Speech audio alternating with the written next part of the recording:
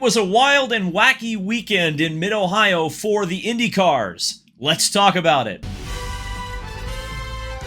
So we've got to first talk about the incident that occurred in practice yesterday to Simon Pagenaud. Now, obviously, you've probably already seen this accident, but why not? We'll show it again.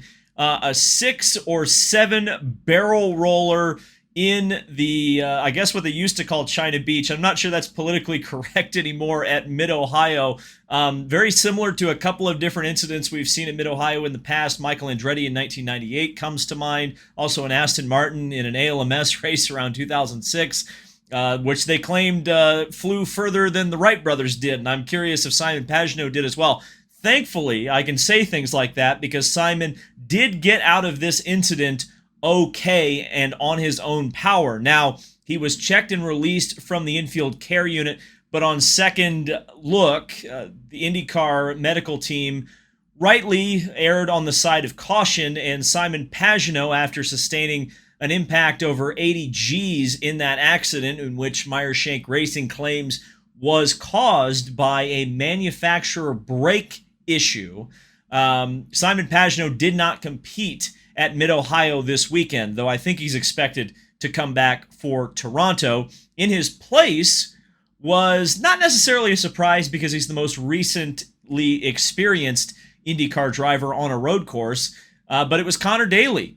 And we'll talk about Conor a little bit later in the results, but I think Conor, on virtually no preparation, I think he was actually at Mid Ohio this weekend originally just to be a fan, believe it or not. But he got the call and did a bang-up job. And thankfully, again, Simon Pagenaud was able to make it out of that accident. So the race itself. Now, Mid Ohio is a strange racetrack because it's like this weird combination where, like, if you look at races at Mid Ohio on paper, more often than not, they would be considered boring. The first time I actually went to Mid Ohio was probably one of the most exciting races, 2019, where Scott Dixon and Felix Rosenqvist came across the line by less than a tenth of a second. But those races that look good on paper rarely happen at Mid Ohio. Oftentimes it's dominant performances, and we certainly saw dominant performances today. But that being said, just because I think a lot of people, who will look at this race on a statistics book or look at it, down the line in terms of, comparing this race to other races that have happened this year and perhaps are more exciting, I think that this was a solid, entertaining IndyCar race.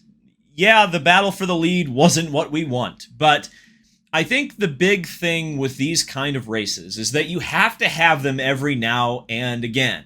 Because if you don't, there's two things that this race did. It established or continued to establish a driver as a dominant force, which you need because this is something we've learned from Formula One. Believe it or not, this is something you can learn from Formula One. You establish a driver as a dominant force and set the expectation that he's the driver to beat each and every weekend. And it's exciting, notable, and a storyline if someone does. And so from that perspective, I don't think that's bad. And just in general, when we do have an exciting bang down, drag out, knockdown, drag out race, it's exciting and it's notable and we talk about it. Because if you have a close finish every single race or you have an amazing battle for the lead every single race, eventually people will stop talking about it. But people will definitely be talking about the guy that I wrote on my notepad because I forgot to take notes during this race. Oftentimes when I'm covering a race from home, I think, I better take notes because I'm not there. I can't see as much as I would otherwise watching the race at the racetrack. And I forgot to take notes this time. And in that place, I wrote one note on my notepad. Is it going to show up? What a terrible production quality. Up. Alex. Well, that didn't work out. It says Alex Palou on there. I guess I should have written it on in Sharpie. I do have a Sharpie on my desk, but you'll just have to trust me. That paper says Alex Palou on it because he is the biggest storyline of this race. And Before we get into the Alex Palou drama, which is better drama than last year, but I think it's still along the same lines of where is Alex Palou going to be driving next year, let's take a look at the full field rundown from Mid Ohio so I can talk about each of the drivers within the field and how they did. And yes, the focus of this video is Alex Palou, and we're going to be talking about him a lot. Needless to say, the 10 team from Chip Ganassi Racing has been putting on one of the most dominant performances we've seen in a very long time.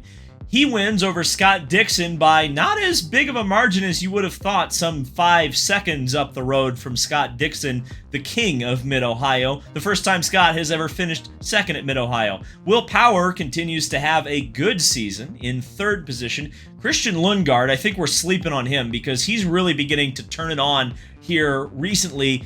In this part of the season, the midpoint of this season, Lundgaard's looked really good, and I'm curious if that first win is coming sooner rather than later, perhaps at the Indy GP later on, about a month from now.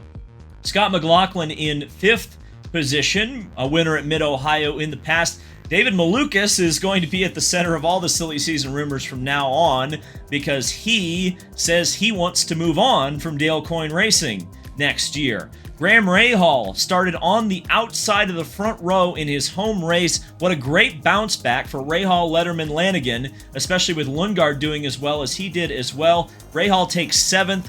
Looked like he could have been in position and should have been in position for a podium.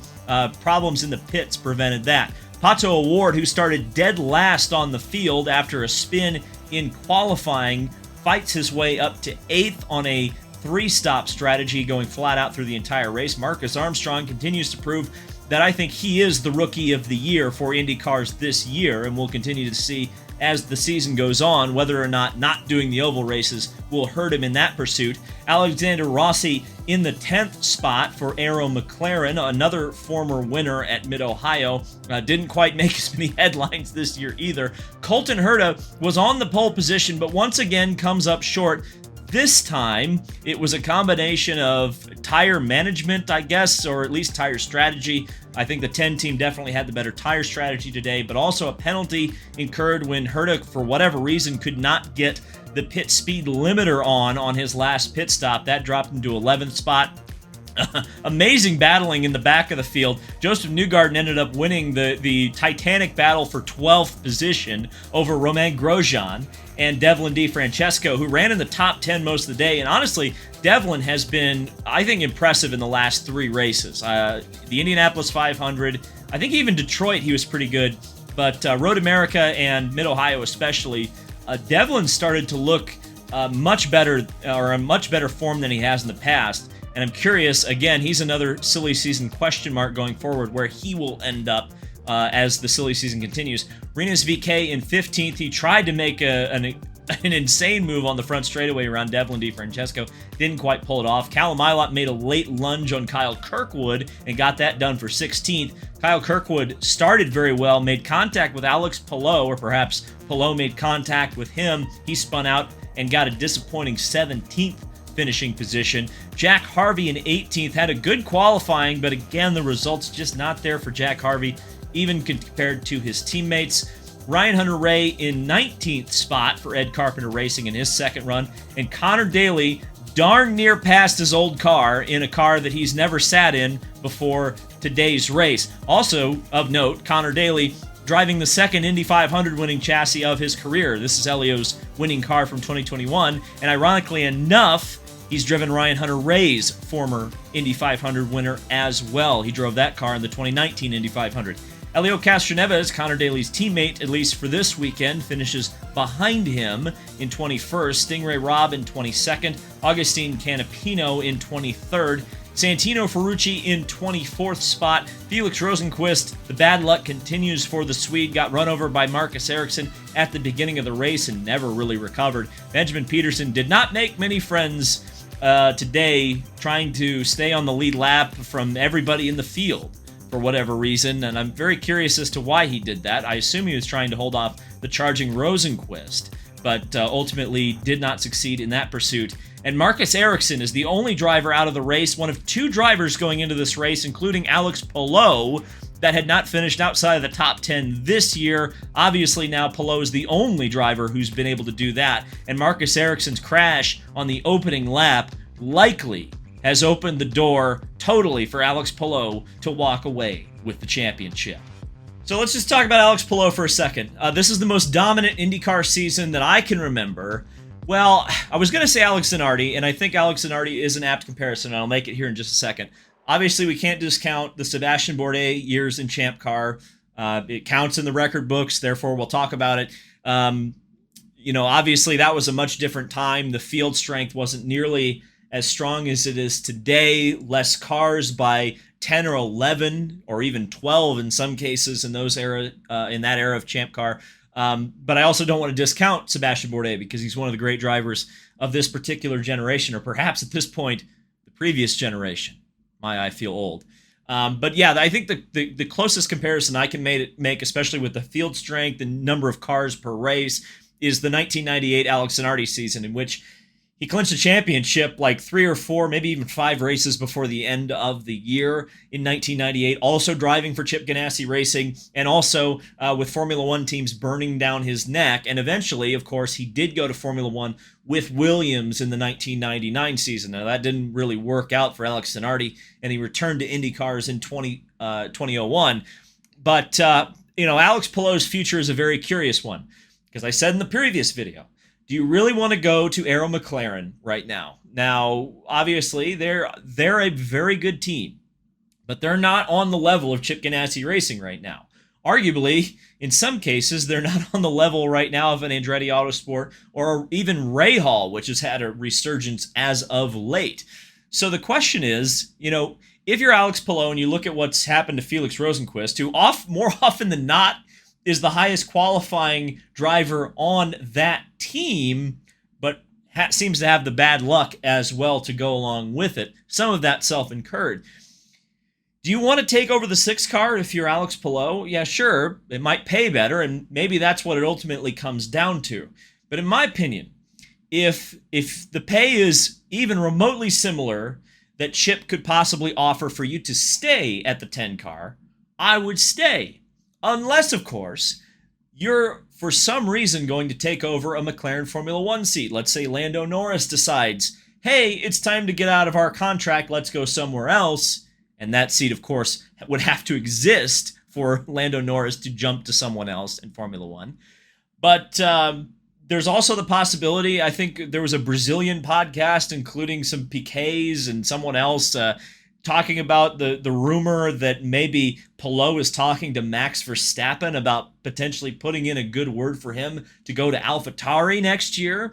Certainly, I think a lot of people are expecting that Nick de Vries will not be driving for them any longer. And while I'm not going to make this a totally silly season video, if Alex Pagenaud went to AlphaTauri, I think that would be an opportunity that it would be hard to pass up, because you're one bad Sergio Perez season and possibly one bad Sergio Perez race away from a Red Bull seat if you're in that case. That's the same thing I said about Colton Herta when he was in that potentiality. And then you think about Nick de Vries. He's tested Indy cars before. Guess which team he's tested them for? Meyer Shank Racing. Meyer Shank Racing was very impressed with Nick de Vries and said they'd like to hire him at some point, possibly in a 3rd car. I wonder if that'll ever happen. Again, we'll talk silly season a little bit later in its own separate video, but there's so many things to talk about here, and Alex Pagenaud may well be the linchpin, and if not, it's Marcus Ericsson. And there's a lot of possibilities about him, and I guess I'll leave it there.